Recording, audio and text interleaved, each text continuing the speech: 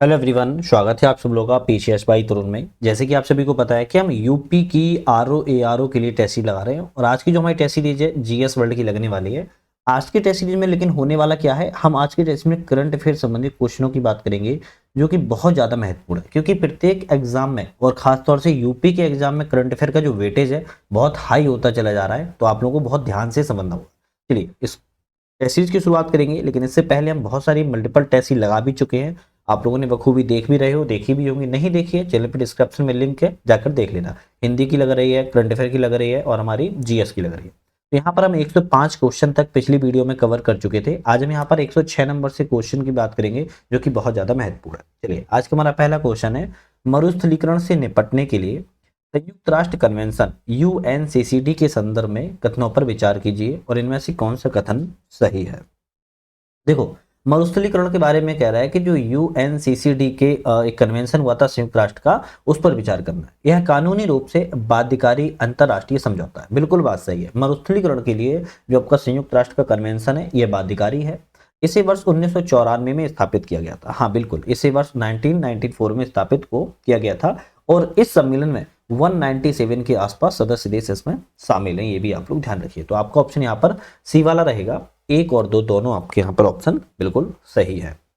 Next question आता है, पवित्र उपवन के क्या है, पवित्र उपवन के विभिन्न नामों और उनसे जुड़े राज्यों के युग्मों में से कौन सा यहाँ पर सम्मिलित नहीं है। देखो, ऐसे क्वेश्चन ना आपको तीन सही पता होने चाहिए पहले, तो तभी ऑप्शन सही हो सकता है, या फिर एक आपको प्रॉपर बिल्कुल कंफर्म होना चाहिए कि गलत ही है, तभी आप ऑप्शन को सही कर पाओगे। तो पवित्र उपवन से जुड़े राज्य और यहाँ पर कौन सा पवित्र उपवन है और राज्य है, और यहाँ पर एक गलत है, कौन सा गलत ढूंढ लेते हैं। देवराई आपका महाराष्ट्र में बिल्कुल सही है, देवगुड़ी छत्तीसगढ़ में ये भी सही है, उरण आपका उड़ीसा में नहीं है, सरना आपका झारखंड में, ये भी ठीक है। तो उरण आपका अगर उड़ीसा में नहीं है तो उरण है कहाँ पर भाई? अगर बात की जाए कि उरण अगर आपका उड़ीसा में नहीं है तो आपका है कहाँ पर, तो उरण आपका राजस्थान में है। कहाँ पर है? राजस्थान में है। तो इसको भी आप थोड़ा सा ध्यान रख लीजिए। तो आपका सी ऑप्शन क्या था, सही मिलान नहीं था, बाकी आपके तीन सही थे इसमें। चलिए हम नेक्स्ट क्वेश्चन की तरफ बढ़ेंगे। CSIR राष्ट्रीय पर्यावरण इंजीनियरिंग अनुसंधान संस्थान CSIR NEERI के संदर्भ में निम्नलिखित कथनों में से कौन सा कथन असत्य है। देखो फिर वही ऑप्शन आ गया कि एक गलत है और तीन सही है। देख लेते हैं कौन सा गलत है।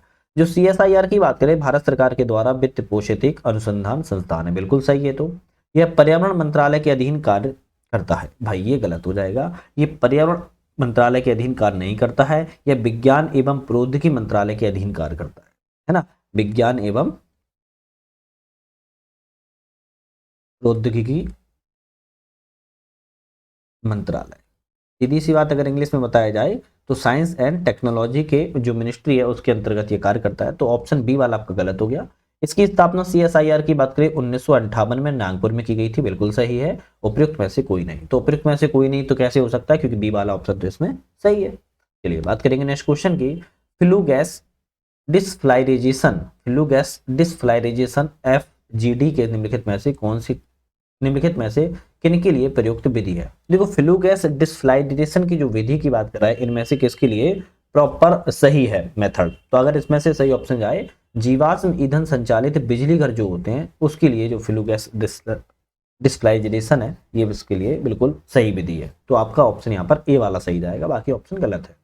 हाल ही में समाचारों में रहा graded response action plan GRAP निम्नलिखित में से किस प्रदूषण नियंत्रण से जुड़ा उपाय है। देखो बात सीधी सी ये की जा रही है कि भाई हाल ही में समाचारों में रहा है ग्रेडेड रिस्पांस एक्शन प्लान, और यह किस प्रदूषण से जुड़ा है। सीधी सी बात इतना समझ लो, ज्यादा फालतू का दिमाग पे जोर नहीं देना है। आपका है वायु प्रदूषण से जुड़ा हुआ है। किससे? वायु प्रदूषण से जुड़ा हुआ है, ध्यान रखिए। अंतरराष्ट्रीय वेलिंग आयोग के संबंध में कौन सा कथन सत्य है। तो अंतरराष्ट्रीय वेलिंग आयोग के बारे में सत्य कथन बताओ। आपका यहाँ पर यह एक एनजीओ है। क्या है? यह एक एनजीओ है, बिल्कुल सही है। यह संस्था वेल के व्यावसायिक शिकार के खिलाफ काम करती है, ये गलत हो जाएगा। ये गलत हो जाएगा भाई, ये व्यावसायिक शिकार के खिलाफ काम करती है, ये गलत है। ये कोई इसमें ऑप्शन सही नहीं है। केवल आपका यहाँ पर ए वाला ऑप्शन सही रहेगा। ए वाला ऑप्शन यहाँ पर केवल सही रहेगा। चलिए नेक्स्ट क्वेश्चन की बात करेंगे। यहाँ पर हम 112वां क्वेश्चन है हमारा, वेरी इंपॉर्टेंट है। लेकिन चैनल पे अगर आप लोग नए हो, सब्सक्राइब नहीं किया, सब्सक्राइब कर लीजिए। वीडियो पसंद आए लाइक कीजिए, साथ में शेयर कीजिए अपने फ्रेंड सर्कल में, मुझे मोटिवेशन मिलेगा। और एक प्यारा सा कमेंट आप जरूर कर दीजिएगा, जिससे मुझे अच्छा लगता है और आप अपनी एडवाइस भी दे सकते हो। बाकी हमारा ऐप भी आ चुका है, नट लर्निंग ऐप, आप उसको भी डाउनलोड कर सकते हो। क्वेश्चन पर आते हैं, निम्नलिखित कथनों पर विचार कीजिए, इनमें से कौन सा कथन सही है। देखो निम्नलिखित कथनों पर विचार करना है। प्रवासी प्रजातियों का संरक्षण की बात करें तो यूएनईपी के साथ काम करने वाली एक पर्यावरण संधि है, बिल्कुल सही बात है। विश्व वन्यजीव कोष CMS की बैठकों में भाग लेता है और प्रवासी प्रजातियों के संरक्षण के लिए दिशा निर्देश को प्रदान करता है। आप कहोगे सी भी सही है, तो आपका ऑप्शन यहाँ पर सी वाला रहेगा। 1 और 2 दोनों आपके यहाँ पर ऑप्शन सही है।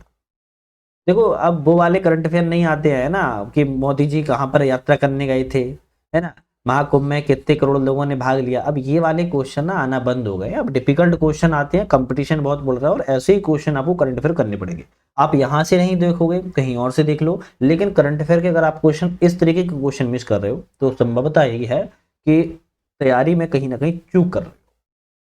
भारत सरकार कृषि में नीम लेपित यूरिया के उपयोग को बढ़ावा क्यों देती है। नीम लेपित जो यूरिया होती है उसमें भारत सरकार कृषि क्षेत्र में बढ़ावा क्यों दे रही है। नीम का लेप मिट्टी में यूरिया के वितरण की दर को धीमा कर देता है, इसलिए बढ़ावा देती है भारत सरकार। तो बी वाला ऑप्शन यहाँ पर सही है। सोप स्टोन के संदर्भ में विचार कीजिए और इनमें से कौन सा कथन सत्य बताइए। सोप स्टोन के बारे में विचार करना, यह एक अविषादी चट्टान है। कैसी एक अविषादी चट्टान है, गलत।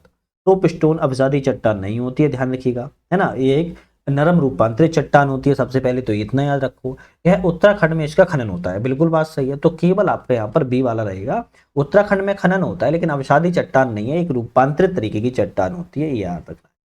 दक्षिणी कैलिफोर्निया वर्तमान में गंभीर जंगली आग संकट का सामना कर रहा है। निम्नलिखित में से कौन सी स्थानीय पवन इस संकट के लिए उत्तरदायी है। देखो आपको पता होगा अभी कैलिफोर्निया में आग का कहर बरसा है ना, लेकिन ऐसी कौन सी पवन है जो वहां पर ये आग को, और उसमें आग में मतलब कि घी डालने का काम किया, सीधी सी बात ये समझो। तो आप कहोगे सांता आना। कौन सी? सांता आना जो पवन थी वहां की स्थानीय पवन, उसने आग में घी डालने का मतलब कि लपटें मान लो यहाँ पर चल रही है, लपटें मान लो यहाँ पर चल रही हैं, जब पवन चली तो इसने लपटों को इधर भी और फैला दिया, तो यहाँ पर भी आग फैलती चलेगी। तो इस तरीके से इसने आग में घी का डालने का काम किया है। मियावाकी तकनीक के संदर्भ पर विचार कीजिए, कौन सा कथन सही है। कितने कथन यहाँ पर सही है ये पूछा है। मियावाकी तकनीक, यह कार्यविधि में पेड़ स्वयं अपना विकास करते हैं, बिल्कुल सही है। इस तकनीक मतलब मियावाकी तकनीक में काफी कम स्थान से अधिक पौधे लगाए जाते हैं, ये भी ठीक है। इस पद्धति में पौधों को सूर्य के प्रकाश के लिए प्रतिस्पर्धा करनी पड़ती है। तो आप कहोगे आपके तीनों ऑप्शन यहाँ पर सही हैं, सी पे टिक लगा दोगे, सभी युग्म यहाँ पर सम्मिलित है। ठीक है, चलिए निम्नलिखित जीवों पर विचार कीजिए, उपयुक्त में से कितने जीव जो हैं परागकण में सहायता करते हैं, है ना, कितने जीव परागकण में सहायता। चमगादड़, इथोपियाई भेड़िया और भालू, तीनों ही जीव आपके ऐसे हैं जो आपके परागकण में सहायता करते हैं। तो आप कहोगे सभी, तीनों ऑप्शन आपके सही है। भारत वन स्थिति रिपोर्ट 2023 के संदर्भ पर विचार कीजिए, इनमें से कौन सा कथन सत्य है भारत वन स्थिति रिपोर्ट के बारे में, है ना। चलिए विचार कर लेते हैं। बात करें, यह एक द्विवार्षिक आधार पर प्रकाशित की जाती है, बिल्कुल बात ठीक है, 2 साल में एक बार इसको प्रकाशित किया जाता है भारत वन स्थिति रिपोर्ट को। वर्ष 2021 की तुलना में वनावरण में कमी आई है, गलत, कमी नहीं आई है। वन एवं वृक्षारोपण में क्षेत्रफल की दृष्टि से सबसे अधिक वृद्धि करने वाला उड़ीसा राज्य। तो आपका भैया ये भी गलत हो जाएगा, उड़ीसा नहीं है, छत्तीसगढ़ है ना। तो आपके दूसरे और तीसरे तो गलत है। तो यहाँ पर पूछा है कितने युग्म सम्मिलित सही है, आप कहोगे केवल एक सम्मिलित सही है, जो कि ए ऑप्शन सही है, पहला वाला। भारत वन स्थिति रिपोर्ट 2023 के अनुसार किस राज्य में मैंग्रोव आवरण में कमी आई है। देखो मैंग्रोव की बात कर रहा है, मैंग्रोव में कमी कहाँ आई है, गुजरात। अब आप कहोगे भैया गुजरात में तो सबसे ज्यादा, बिल्कुल है, लेकिन गुजरात में अभी हाल ही में जो रिपोर्ट आई उसमें मैंग्रोव में कमी देखी गई है, मैंग्रोव में बढ़ोतरी नहीं हुई है। राष्ट्रीय हरित हाइड्रोजन मिशन के तहत ग्रीन हाइड्रोजन हब परियोजना किस राज्य में शुरुआत की गई है। ये आपकी जो परियोजना है आपकी आंध्र प्रदेश राज्य में शुरुआत की गई है, ग्रीन हाइड्रोजन हब परियोजना। नेक्स्ट क्वेश्चन आता है, बायोडायवर्सिटी क्रेडिट के संदर्भ में विचार कीजिए, इनमें से कौन सा कथन सही है। बायोडायवर्सिटी क्रेडिट के बारे में विचार करना है, ओके, कौन सा कथन सही है ना। तो यह जैव विविधता के लिए सकारात्मक परिणामों का एक मंच देने के लिए शुरू किया गया एक सम्मान पुरस्कार है, गलत है। इसकी शुरुआत विश्व आर्थिक मंच के द्वारा की गई थी। ये वाले जो ऑप्शन भी है और क्वेश्चन भी है, दोनों आपको ध्यान रखना है, इससे भी कभी कभी आता है बायोडायवर्सिटी क्रेडिट, इसके द्वारा इसकी शुरुआत की जाती है, विश्व आर्थिक मंच के द्वारा शुरुआत की गई है। केवल आपका यहाँ पर बी वाला ऑप्शन सही है। संयुक्त राष्ट्र मरुस्थलीकरण रोकथाम अभिशमन के पक्षकारों के सम्मेलन के संदर्भ में विचार कीजिए और कौन सा कथन सही है। चलो देखते हैं, संयुक्त राष्ट्र के जो मरुस्थलीकरण रोकथाम का जो अभिसमय है उसके पक्षकारों के सम्मेलन के बारे में, इसका हाल ही में अभी 16वां सम्मेलन हुआ जो कि पहली बार किसी मध्य पूर्व एशिया के देश में हुआ। बिल्कुल बात ठीक है, कहां पर हुआ था? सऊदी अरब में हुआ था, सऊदी अरब में हुआ था, तो सऊदी अरब की रियाद में हुआ था। अगर ये भी आए तो ये भी याद कर लेना। और ये किसी मध्य पूर्व एशिया का पहला था। वर्ष 2026 में होने वाला 17वां सम्मेलन मंगोलिया में किया जाएगा। आप कहोगे ये भी ठीक है, तो आप यहाँ पर सी वाला ऑप्शन है, 1 और 2 दोनों सही है। चलिए नेक्स्ट क्वेश्चन की बात करते हैं। निम्नलिखित प्राकृतिक स्थलों पर विचार कीजिए, उपयुक्त में से कितने रामसर स्थल और यूनेस्को विश्व धरोहर स्थल दोनों में है? तो यहाँ पर कितने युग्म सम्मिलित है ना, यही पूछा है। चलो देखते हैं यहाँ पर हम, सुंदरबन राष्ट्रीय उद्यान, भीतरकनिका राष्ट्रीय उद्यान और आपका मानस राष्ट्रीय उद्यान। तो आपको ध्यान रखना है एक चीज, बहुत अच्छे से ध्यान रखना है कि भाई यहां पर आपका रामसर स्थल और यूनेस्को विश्व धरोहर स्थल दोनों में शामिल होना चाहिए। वो कौन सा है आपका? वो आपका है सुंदरबन। कौन सा है? केवल एक है सुंदरबन, लेकिन एक और है, एक और कौन सा है? केवलादेव।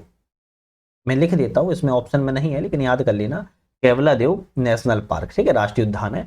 सुंदरबन और केवलादेव राष्ट्रीय उद्यान दो ऐसे राष्ट्रीय उद्यान है जो कि रामसर स्थल और यूनेस्को दोनों में शामिल है। अगर हम भीतरकनिका की बात करें, भीतरकनिका कहाँ किस में शामिल है? तो सुनो, भीतरकनिका आपका रामसर स्थल में शामिल है। इसमें रामसर स्थल में शामिल है। और अगर हम बात करें मानस की, मानस आपका किसमें शामिल है? मानस आपका यूनेस्को विश्व धरोहर स्थल में शामिल है, यूनेस्को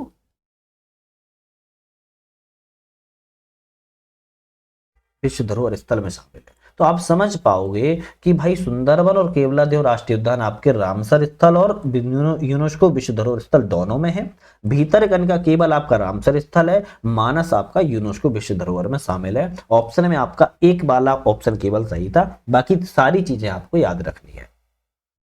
ऐसी कौन सी आर्द्र भूमि है, मतलब कि वेटलैंड है, वर्तमान में रामसर एवं मॉन्ट्रेक्स दोनों में शामिल है? देखो अभी क्या पूछ लिया कि भाई ऐसी कौन सी आर्द्रभूमि वेटलैंड है जो रामसर स्थल में भी शामिल है और मॉन्ट्रेक्स में भी शामिल है? तो यहां पर आप कहोगे कौन सी रहेगी, इनमें से कौन सा कथन सही है? तो आपका इनमें से कोई भी ऐसी कोई भी नहीं है जो आपकी रामसर स्थल भी और मॉन्ट्रेक्स भी हो। लेकिन सुन लो, अब बता देता हूं मैं, एक तो आपकी केवलादेव जो कि मैंने अभी आपके ऊपर बताया, वो आपकी रामसर स्थल में भी शामिल है और मॉन्ट्रेक्स में भी शामिल है। एक आपकी है लोकटक झील। कौन सी? लोकटक झील। केवलादेव कहाँ है? राजस्थान में है। लोकटक झील आपकी मणिपुर में है। लोकटक भी ऐसी है, रामसर स्थल भी और मॉन्ट्रेक्स में भी शामिल है। तो दोनों आपको ये याद रखने हैं भारत में, ठीक है। इससे पहले उड़ीसा की चिल्लिका झील भी थी, लेकिन इसको हटा दिया गया है दोनों से। जैव विविधता प्रवणता से क्या अभिप्राय है? देखो जैव विविधता अभिप्राय से कह रहा है क्या है, उच्च अक्षांश से निम्न अक्षांश की ओर जाने पर जो प्रजातियों की संख्या में आने वाला अंतर होता है उसको जैव विविधता प्रवणता कहते हैं। नेक्स्ट क्वेश्चन है, निम्नलिखित कथनों पर विचार कीजिए, कौन सा कथन सत्य है? निम्नलिखित कथनों पर विचार करना है। परजीविता जो होती है, परजीविता में एक प्रजाति लाभ में रहती है, दूसरी प्रजाति हानि में रहती है, ठीक है। देखो ध्यान रखना है, जो परजीविता होती है ना, परजीविता में क्या होता है, दो प्रजातियां हैं, एक को रहेगा प्रॉफिट और दूसरे को रहेगा लॉस, मतलब एक हानि में रहेगी एक लाभ में रहेगी, बिल्कुल ठीक है। परभक्षण में दोनों प्रजातियों को हानि होती है। देखो ये गलत हो जाएगा, परभक्षण में एक प्रजाति लाभ में रहती है, दूसरी प्रजाति हानि में रहती है, तो आपका ये गलत है। तो केवल आपका यहाँ पर ए वाला ऑप्शन सही है। निम्नलिखित कथनों पर विचार कीजिए, इनमें से कौन सा कथन सत्य है? चलो विचार कर लेते हैं। पृथ्वी पर स्वच्छ जल की मात्रा उपलब्ध कुल जल की मात्रा का लगभग 3% है, लगभग 3% है। क्या ये ऑप्शन सही है? क्या ये ऑप्शन सही है? भाई ये ऑप्शन गलत है। पृथ्वी पर स्वच्छ जल का सबसे बड़ा स्रोत भूमिगत जल है। कौन है? भूमिगत जल है। तो भाई ये आपका सही है, लेकिन आपके यहाँ पर दोनों ऑप्शन सही हैं। आप कहोगे सी वाला सही है। पृथ्वी पर जो जल है वो उपलब्ध जल की, टोटल जो उपलब्ध जल है उसका 3% ही पाया जाता है जो अच्छा जल है, पीने योग्य जल है, स्वच्छ जल है। और पृथ्वी पर स्वच्छ जल का सबसे बड़ा स्रोत भूमिगत जल है। तो आपके दोनों ऑप्शन यहाँ पर सही है।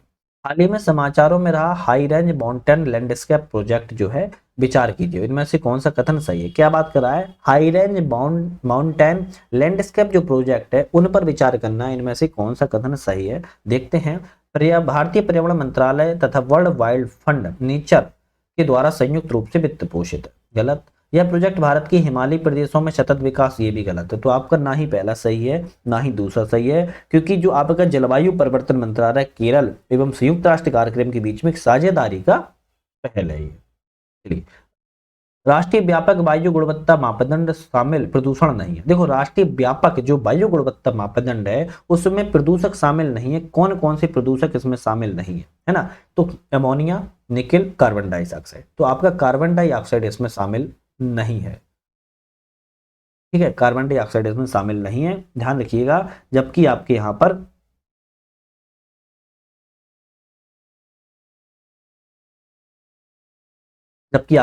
यहां पर बात की जाए तो PM2, PM5, PM10, ozone, sulphur dioxide, NO2, lead, carbon monoxide, ammonia, benzene, arsenic, nickel, benzopyrene, ये सब शामिल होते हैं, लेकिन कार्बन डाइऑक्साइड इसमें शामिल नहीं होता है। अब आपको लग रहा होगा सर गलत बता रहे हो क्या, अरे भाई नेट पे जाके देख लो, समझ में आ जाएगा। निम्नलिखित कथनों पर विशेषताओं पर विचार कीजिए। उपयुक्त विशेषता IUCN की निम्नलिखित किस श्रेणी में संबंधित है। तो कौन सी श्रेणी में संबंधित देख लेते हैं। 10 वर्षों में 70% जो प्रजाति हैं उस संख्या में कमी आई, अगर आई हो, ठीक है। प्रजातियों की संख्या 2500 से कम बची हो, ठीक है। ये केवल 250 या उससे कम परिपक्व सदस्य संख्या बची हो, ठीक है। ये तीनों चीजें आपकी किस में आएंगी, संकटग्रस्त में शामिल की जाएंगी, और ये IUCN की रिपोर्ट में डेटा में रखी जाती हैं। तो किसमें, संकटग्रस्त में, इंजर्ड में, ठीक है। चलिए, अब ये मैथ के और रीजनिंग के क्वेश्चन आएंगे, कुछ देख लेते हैं कितने हैं।